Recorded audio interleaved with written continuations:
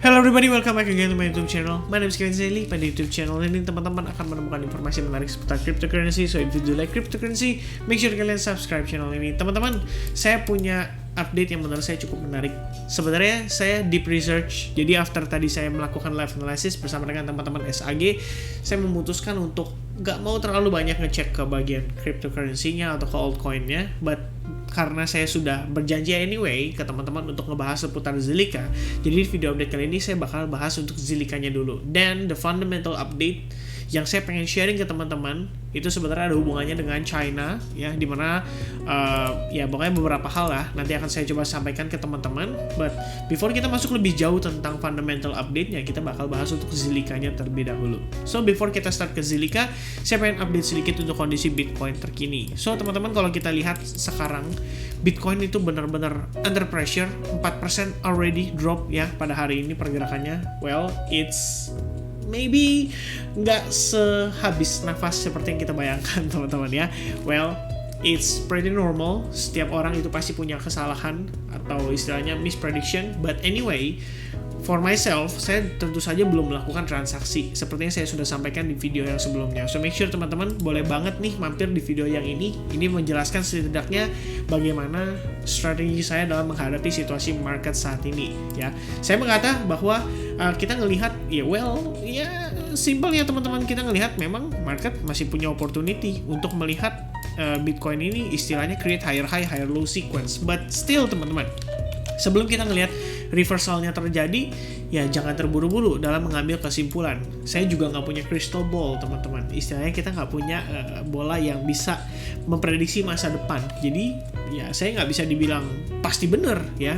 Dan bahkan saya bisa katakan nggak semua orang bisa memastikan kebenarannya. Kalau misalkan ada satu orang yang bilang pasti teman-teman, dan dia berani all in, saya belajar sama dia teman-teman ya.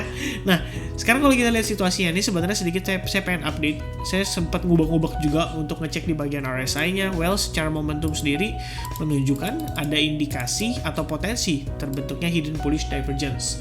Ini belum confirm karena kita belum melihat marketnya rebound.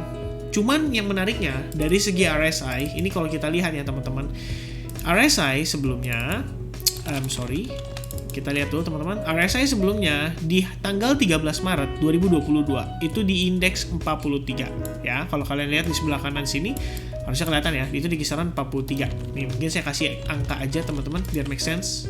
Well, that's it teman-teman, 43.45. Sekarang teman-teman, di pergerakan 11 April indeksnya itu berada di 37,80. Secara nggak langsung ini menunjukkan bahwa ada yang namanya lower high pada si RSI-nya. Meanwhile, 13 Maret itu posisi harga berada di $37.700, dan saat ini situasi harga Bitcoin di 11 April itu berada di $40.400. So far dengan RSI yang lebih rendah dari pergerakan sebelumnya, berarti teman-teman saat ini situasi kita di-consider sudah memasuki area oversold. Tinggal pertanyaannya adalah apakah kita di sini akan mempertahankan key supportnya kita? Key supportnya kita tentu saja pada kisaran range atau area $40.000 ya, di kisaran range ini. Ya tentu saja salah satu range ini adalah yang kita perhatikan berdasarkan pergerakan beberapa tahun terakhir, 1 tahun terakhir, terutama di bulan Mei, Juni ya. Dan di sini ya, kalau kita geser lagi, slide lagi, it's become a support too before ya, ada double bottom di sini, ada support di sini, ada sempat berubah menjadi resistance, and then little bit sideways di dalam $40.000 until kita menemukan support level lagi.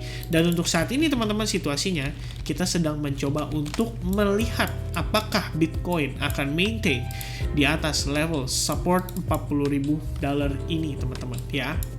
Selain daripada level support tersebut, kita juga bisa tambahkan sebenarnya ada dua alternatif teman-teman. Whether kalian mau cari dari tail to tail atau body to body candle, but in the end ya ini adalah potential area yang akan divisit oleh si Bitcoin seandainya teman-teman.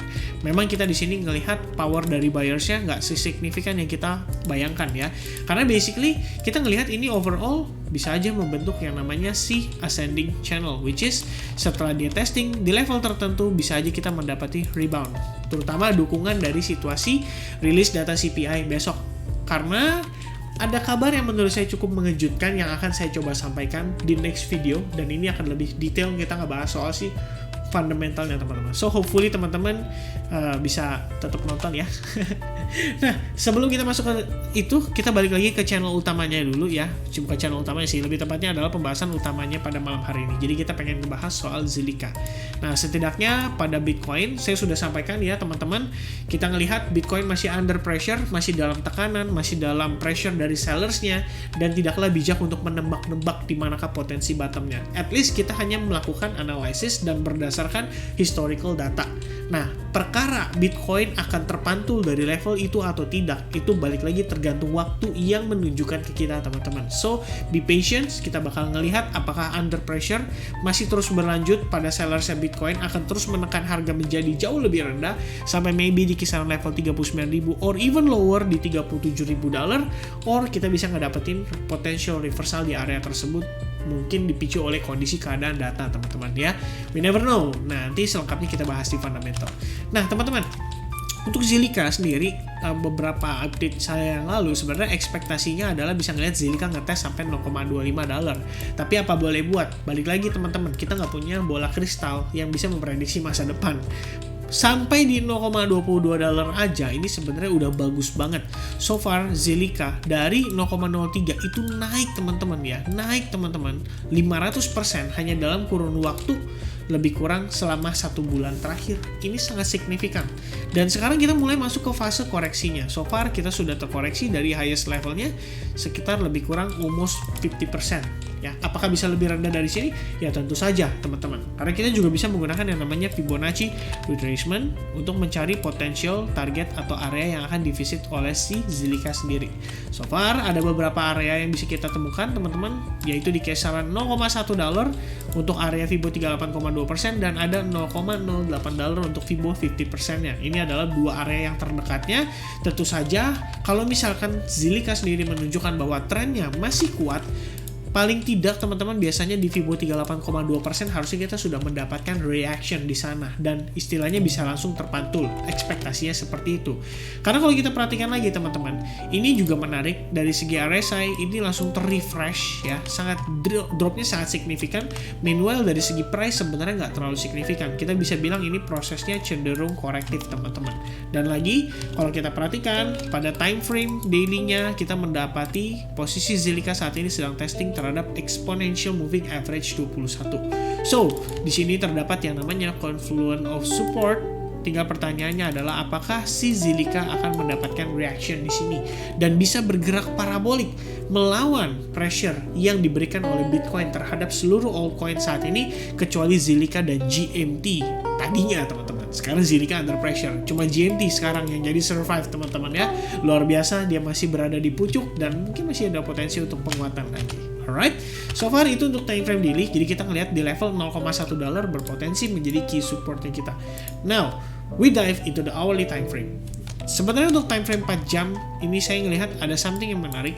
So far kita lihat dari pergerakan sebelumnya dari descending berubah menjadi falling wedge, sempat terbreakout, tapi saya berasumsi bahwa kita justru bertransisi atau merubah haluan menjadi terbentuknya si ascending broadening wedge pattern. Jadi buat teman-teman yang mungkin belum tahu, ascending broadening wedge pattern itu adalah pattern yang memiliki kecenderungan bearish reversal. So it's gonna be like this ya, ascending broadening wedge.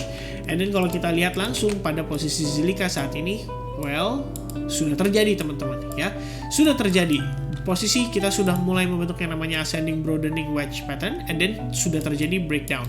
Nah pertanyaannya adalah sejauh mana breakdownnya? Based on price objektifnya, sebenarnya dia ngukurnya itu di bagian bawah daripada si ascending broadening wedge pattern itu sendiri, which is di kisaran $0.115 itu berpotensi menjadi key supportnya untuk saat ini. Secara target sudah tercapai.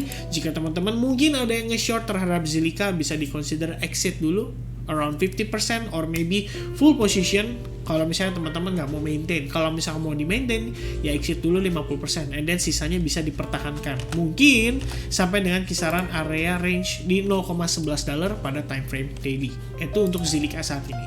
Dan to be honest teman-teman, Zilliqa menurut saya masih termasuk dalam kategori koreksi wajar, apalagi setelah penguatannya yang luar biasa signifikan. Dan seperti yang kita udah pernah bahas juga teman-teman, ada kemungkinan atau tendensinya pada saat launchingnya Metapolis justru Zilliqa malah terkena koreksi. Dan rupanya so far ya kita beneran terkena koreksi. Mudah-mudahan sih teman-teman bisa exit di timing yang tepat, karena saya personally waktu lalu exit lebih early, masih sempat naik lagi, tapi ya udah teman-teman. Balik lagi, salah satu kunci untuk kita bisa profit, benar-benar profit adalah bersyukur. Sehingga dengan bersyukur profit kita bisa terasa lebih manis, dan yang gak kalah pentingnya adalah teman-teman di sini gak diselimuti dengan yang namanya FOMO atau fear of missing out. Artinya harga udah naik melonjak tinggi, masih takut ketinggalan lagi, akhirnya beli lagi di atas teman-teman ya. Kalau misalkan teman-teman di sini menerapkan rasa bersyukur, saya cukup yakin hal-hal seperti itu tidak akan ada. Malah yang ada kita akan consider untuk mencari opportunity di koin crypto lainnya. Alright? Hopefully teman-teman video ini bisa membantu.